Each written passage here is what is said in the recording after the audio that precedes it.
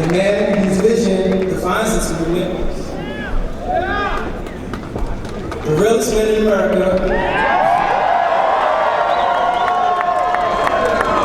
who always speaks the truth because he has a heart full of blood. A man who sees the humanity in all and challenges us every day to meet that standard. The next President of the United States of America.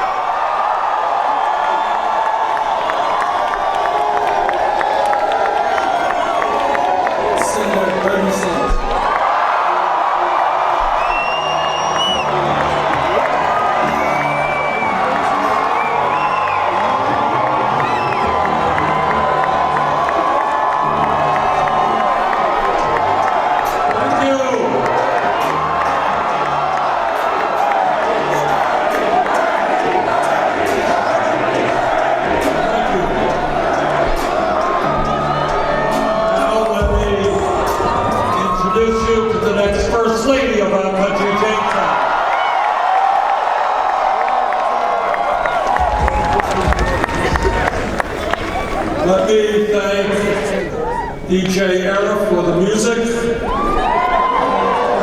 the MLK Junior International Chapel Gospel Choir for their music. Let me thank Alpha Phi Alpha Fraternity Incorporated. Let me thank Julian Hemmings, Delaney Vandergrift, Philip Agnew, Senator Nina Turner, a young man who has worked for me and with me for a number of years, who is a proud graduate of Morehouse, Darrell Champion. And it is a special honor to be here at Morehouse and looking out at that statue of Dr. King, who has been an inspiration to me, and I know to many of you. And the values that Dr. King espoused, the understanding that we judge human beings not by the color of their skin or the religion they have, or the country they came from, or their sexual orientation, but we judge people for who they are. And today I pledge to you that we will undo the divisiveness and the hatred coming from Trump's White House. We will bring our people together. Let me start off on a personal note, if I might, and tell you how I learned about racism in a very personal way. Because as some of you know, I'm Jewish. Some of you may know, my father came to this country from Poland. He came fleeing anti-Semitism. But a lot of people in my father's family did not make it out of Poland. And they were murdered by the father of white supremacy, Adolf Hitler. So I learned at a very young age what racism and white supremacy and Aryanism and all that crap is about. And our pledge together is we will do everything humanly possible to end all forms of discrimination in this country.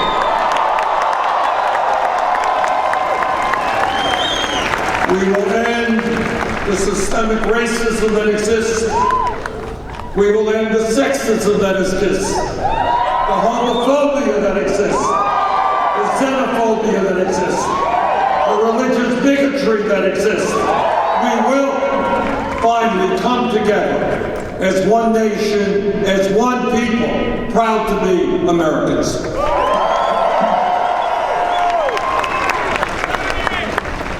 I learned a little bit about economic justice, not from a textbook in college. I learned about that growing up in a rent-controlled apartment in Brooklyn, New York, where my family struggled economically in the same way that millions of families in this country are struggling today. My mother had a dream, and her dream was maybe one day we would get out of a rent-controlled 3.5-room apartment and get a home of her own. She died young, and she never saw or achieved that dream. So I come to you today not as the son of a billionaire or a millionaire, but as somebody who proudly comes from a working class family,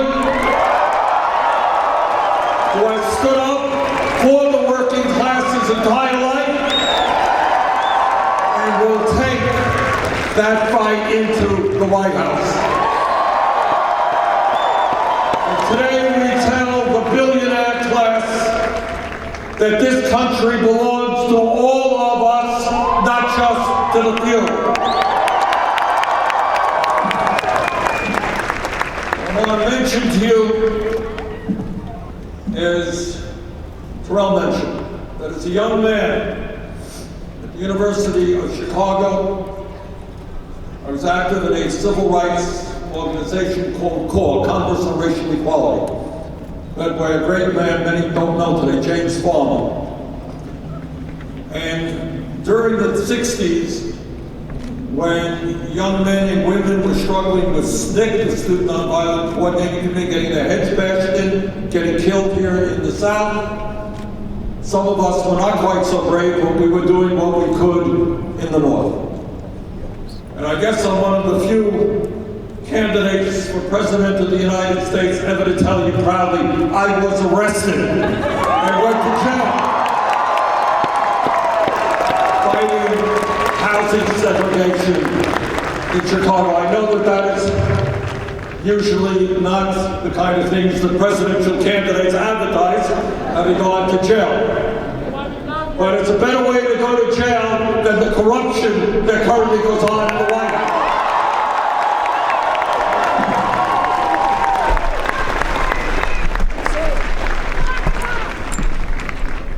And the reason I am here today is to talk about what is going on in America today and to work with all of you for a new vision for this country. And I want all of you never to forget that right now you are living in the wealthiest country in the history of the world. That there is no excuse for 40 million people living in poverty. There is no excuse that tonight 500,000 Americans will be homeless, sleeping out on the streets or living in shelters at a time when 3 people own more wealth than the bottom half of America. There is no excuse for half of our people living paycheck to paycheck the way my family lived. You all know what paycheck to paycheck means? Yeah, you know it. You know it too well, right? You know what happens when your car breaks down and you can't get to work. You know what happens when you get sick and you can't afford to go to the doctor. You know what happens when you can't afford child care for your kids. And some of you know what it means to be paying off outrageous levels of student debt. Well, in the wealthiest country in the history of the world, we are going to end the disgrace of having more income and wealth inequality in America today than at any time since the 1920s.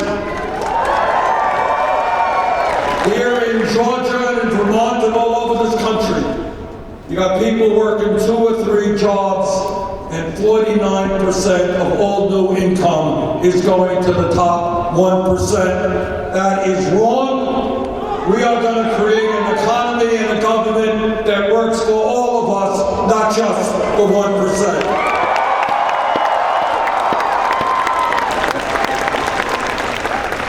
And when we talk about income and wealth disparity in a general sense, We've also got to focus on the level of racial disparities that exist in this country. And that means today we have to ask ourselves, how does it happen that the average white family now owns 10 times more wealth than the average black family? How does it happen that black women are more than 3 times likely to die from pregnancy than white women, and the infant mortality rate in the black communities is more than double that of the white communities? How does it happen? This is an issue we are going to make a major priority, that we continue to have a racist and broken criminal justice system in which 1 out of 4 young African-American males ends up in the criminal justice system. We need a new vision for America, a vision which is based on justice. And that is what that man fought for, and that's the struggle that we will continue to fight for.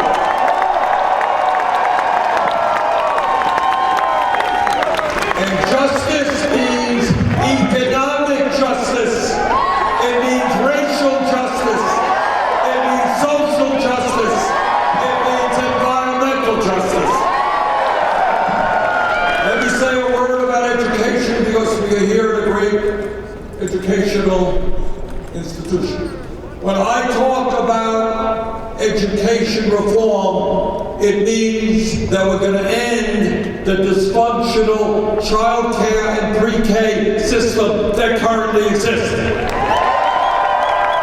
I know that we got psychology majors out there, and they will tell you that the most important years of human development are 0 through 4. And that means that we must have the highest quality pre-K system in the world, affordable and universal for every family in America.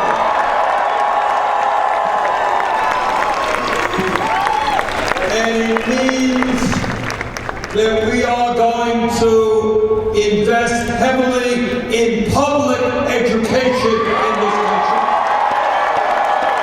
We're going to triple funding for Title I schools. We are going to encourage young people to go into teaching, because we're going to give educators the respect and compensation they deserve. And that means that no teacher in America should earn less than $60,000 a year. It means that teachers should not have to work 2 or 3 jobs. It means that teachers should not have to take money out of their own pockets to buy school supplies.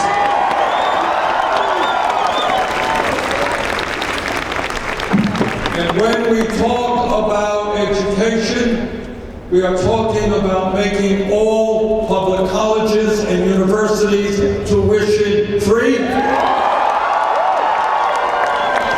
And it means that we're going to cancel all student debt in this country.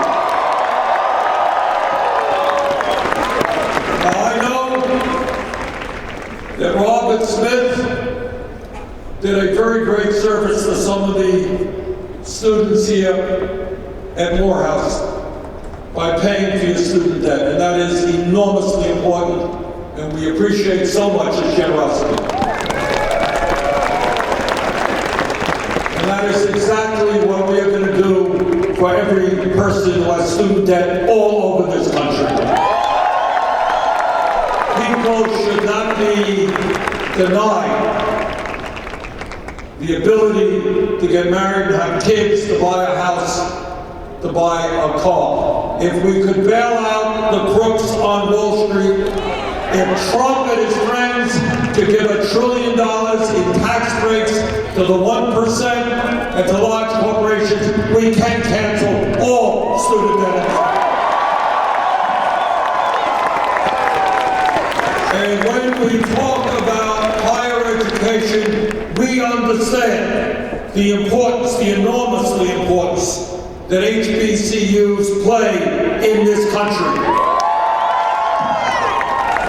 All over this country, too many HBCUs have struggled financially from a lack of federal resources. They have suffered from a drop in enrollment and from crushing institutional debt. And yet today, the need for HBCUs and the education they provide has never been greater. Listen to this. Today, only 7% of public school teachers are black, despite the fact that in major cities after major cities, the overwhelming percentage of children are children of color. And while African Americans represent 13% of the total U.S. population, only 4% of physicians in America today are African American. Further, in order to reach parity for dentists, sometimes we forget that dental care is health care. We need to train and educate thousands of black dentists.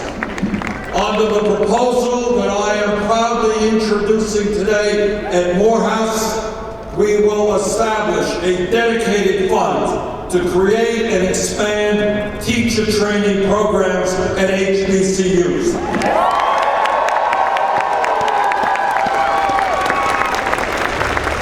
We will provide $5 billion for programs that increase recruitment, retention, and professional development of diverse K-12 teachers.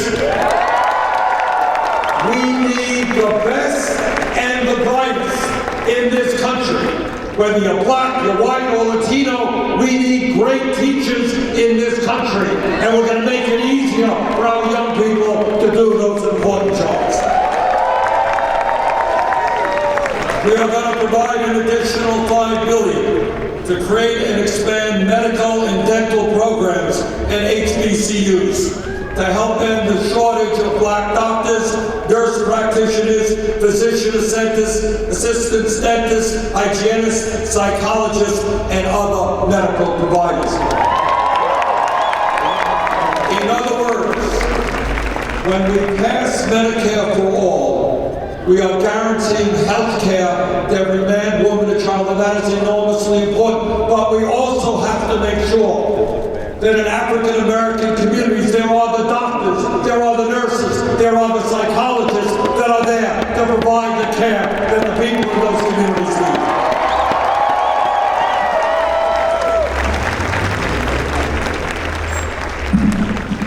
When I talk about health care, let me be very clear. We will end the international embarrassment of the United States of America being the only major country on earth not to guarantee health care to all people as a human right.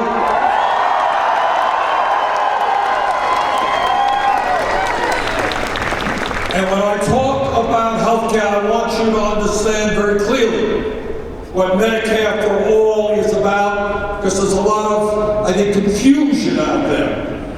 And the confusion rests with the fact that today we have a healthcare system not designed to provide quality care to our people, but to make huge profits for the insurance companies and the drug companies.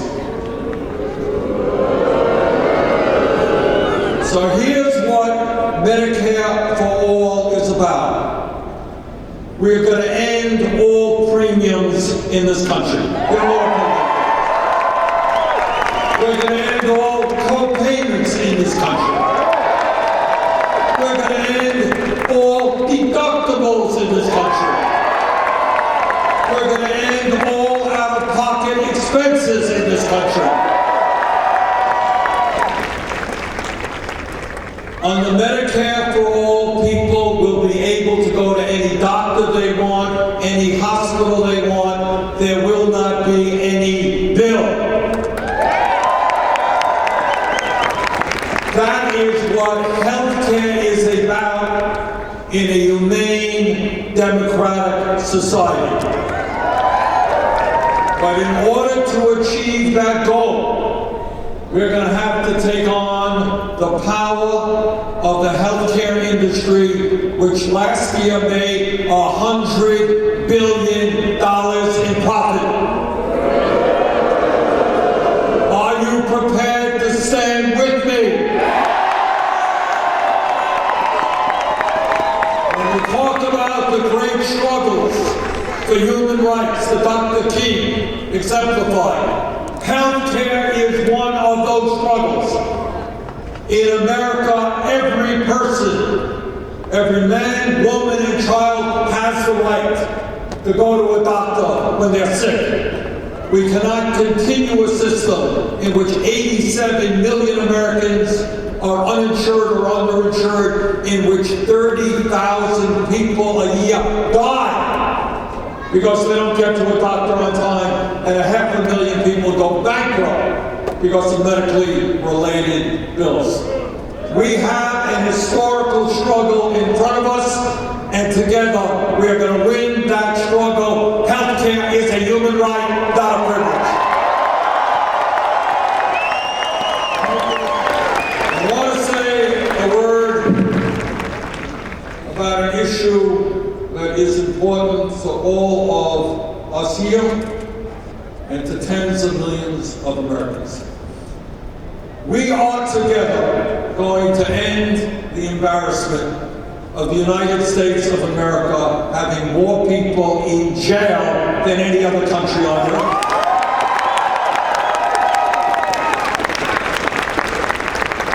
We are going to invest in jobs and education, not more jails and incarceration. We are going to end all private prisons and detention centers in this country. I want to mention to you something that a lot of people are not aware of. We got about 2 million people in jail today. About 400,000 of those people right now are behind bars for the crime of being poor. They have not been convicted of anything. They cannot afford cash bail. We're going to end cash bail in America.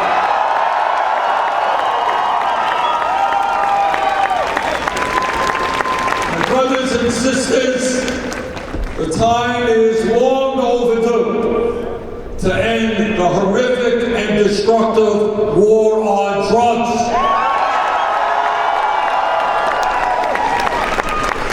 We are going to make marijuana legal in every state in this country. We are going to expunge the records of those arrested for possession of marijuana.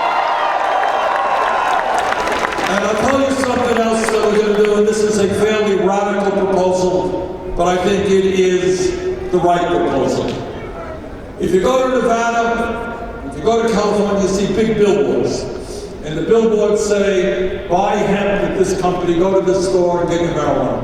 And I was thinking a couple of months ago when I saw those signs, that here you have large corporations making big dollars from the legalization of marijuana at the same time as you have young black people rotting in jail for doing exactly the same thing. Now how does that happen? So what we are going to do is when we legalize marijuana in this country, and that is going to happen, what we're going to do is make sure that the people who profit from that legalization are not a handful of multinational corporations. We are going to help businesses in the African American community, in the Latino community, the people who have suffered the most from the war on drugs, profit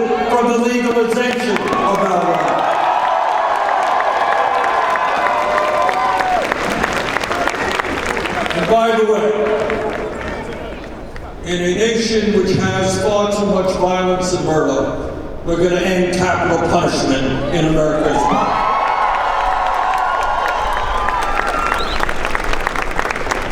There's another issue that is an issue that all of us have got to be thinking hard on. And that is that anyone who tells you that climate change is a hoax, that is somebody who's doing a horrible disservice to the children of this country and to future generations. Climate change is no hoax. Climate change is a huge threat to our country and the entire world. And today, we say to the fossil fuel industry that your short-term profits are not more important than the future of this planet. And together, we are going to transform our energy system and lead the world in the transformation of the global energy system away from fossil fuel to energy efficiency and sustainable energy. And by the way, I know I am in a state where the governor and the state legislature may not agree with me, but I happen, which reminds me that the governor should not have been the governor.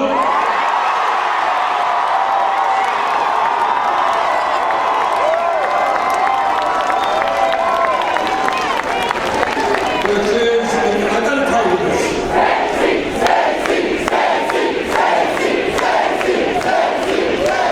You know, I gotta tell you this in a kind of a personal way. I'm a politician, that's what I do. And I run for office in Vermont many, many times, and I've lost a lot. But it has never occurred to me, as somebody who saw office, to try to figure out what parts of the state I'm kind of weak in, you know, where I don't have a lot of strength, and how I try to prevent people from voting against me. I've always believed that if you can't win an election on your ideas, then don't run for office.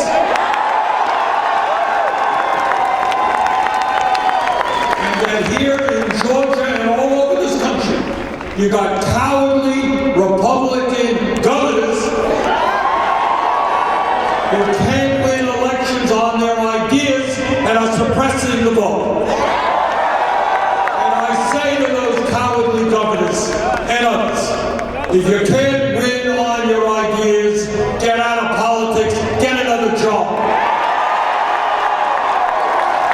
And I want to congratulate Stacey not only on the great campaign that she ran. I want to congratulate her for the extraordinary work she has done in terms of registering tens and hundreds of thousands of people in this state, getting them involved. She understands, you understand, and I understand that what democracy is about is making it easier for people to participate in the political process, not harder.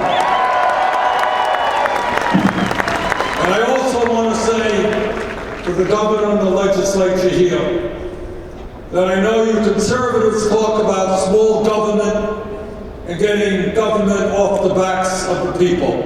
Well, why don't you end that hypocrisy? If you believe in getting government off the backs of the people, understand that it is women who should control their own bodies, not the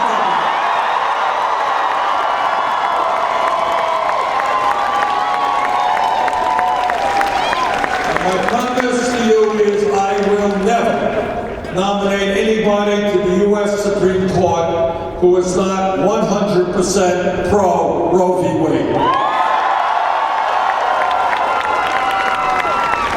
And on another issue that I know upsets us all, is every other day we look at the papers and we turn on TV and there's another horrific mass shooting.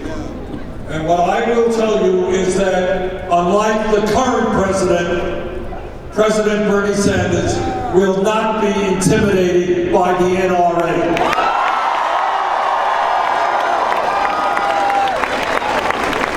We will do everything humanly possible to end the gun violence which is so much of an epidemic in this country today. Let me, I'm moved by looking at a statue of one of the great leaders in American history. And what Dr. King understood, as all great leaders have understood, is that real change never takes place from the top on down. It is always from the bottom on up. And that's why, among so many qualities that Dr. King had, being a brilliant writer, and so many attributes, he was also a great organizer. A great organizer. He organized people to stand up for justice. And that is the history of the civil rights movement. That is the history of the labor movement. That is the history of the women's movement. That is the history of the gay rights movement. That is the history of the environmental movement. It is the understanding that when we organize people in the fight for justice, who stand up and look around them and say, you know what, it is not right that 3 people own more wealth than the bottom half of America. It is not right that we have more people in jail than any other country.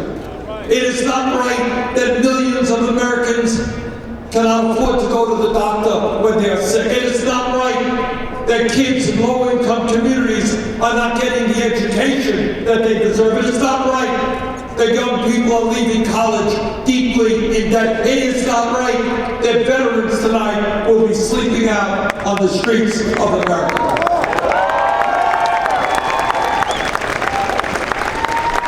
And what our job right now is to look around us, to take a look at somebody who may be a bit different from us, come from a different background, have a different color skin, and to understand that if we are going to transform this country, we have all got to stand together. We cannot allow Trump and his friends to divide us up. So brothers and sisters, today, it's not quite night yet, today I welcome you into a political revolution. It is a political revolution which will defeat the most dangerous president in American history. But it is more than that. It is a revolution which will bring millions of people together to create an economy and a government that works for all of us and not just wealthy campaign contributors. It is a movement that says that the future of America will be created by the young people of this country today. And I am proud to tell you what you already know, is that the young generation of today is the most progressive generation of young people in the history of this country. This is a generation which is anti-racist, anti-sexist, anti-homophobia, anti-xenophobia, anti-religious bigotry. And that's the good news, but let me tell you the bad news. The bad news is this is a generation that does not vote in the numbers that it should be voting. If the young people of this country, 30 and under, voted at the same level as people 65 or older, we would transform this country overnight. So today I ask you, not only for you to be involved in the political revolution, to reach out to your friends, your family, your co-workers. Tell them you are tired of their complaining. Tell them that now is the moment we need political involvement, we need action, we need to transform this country.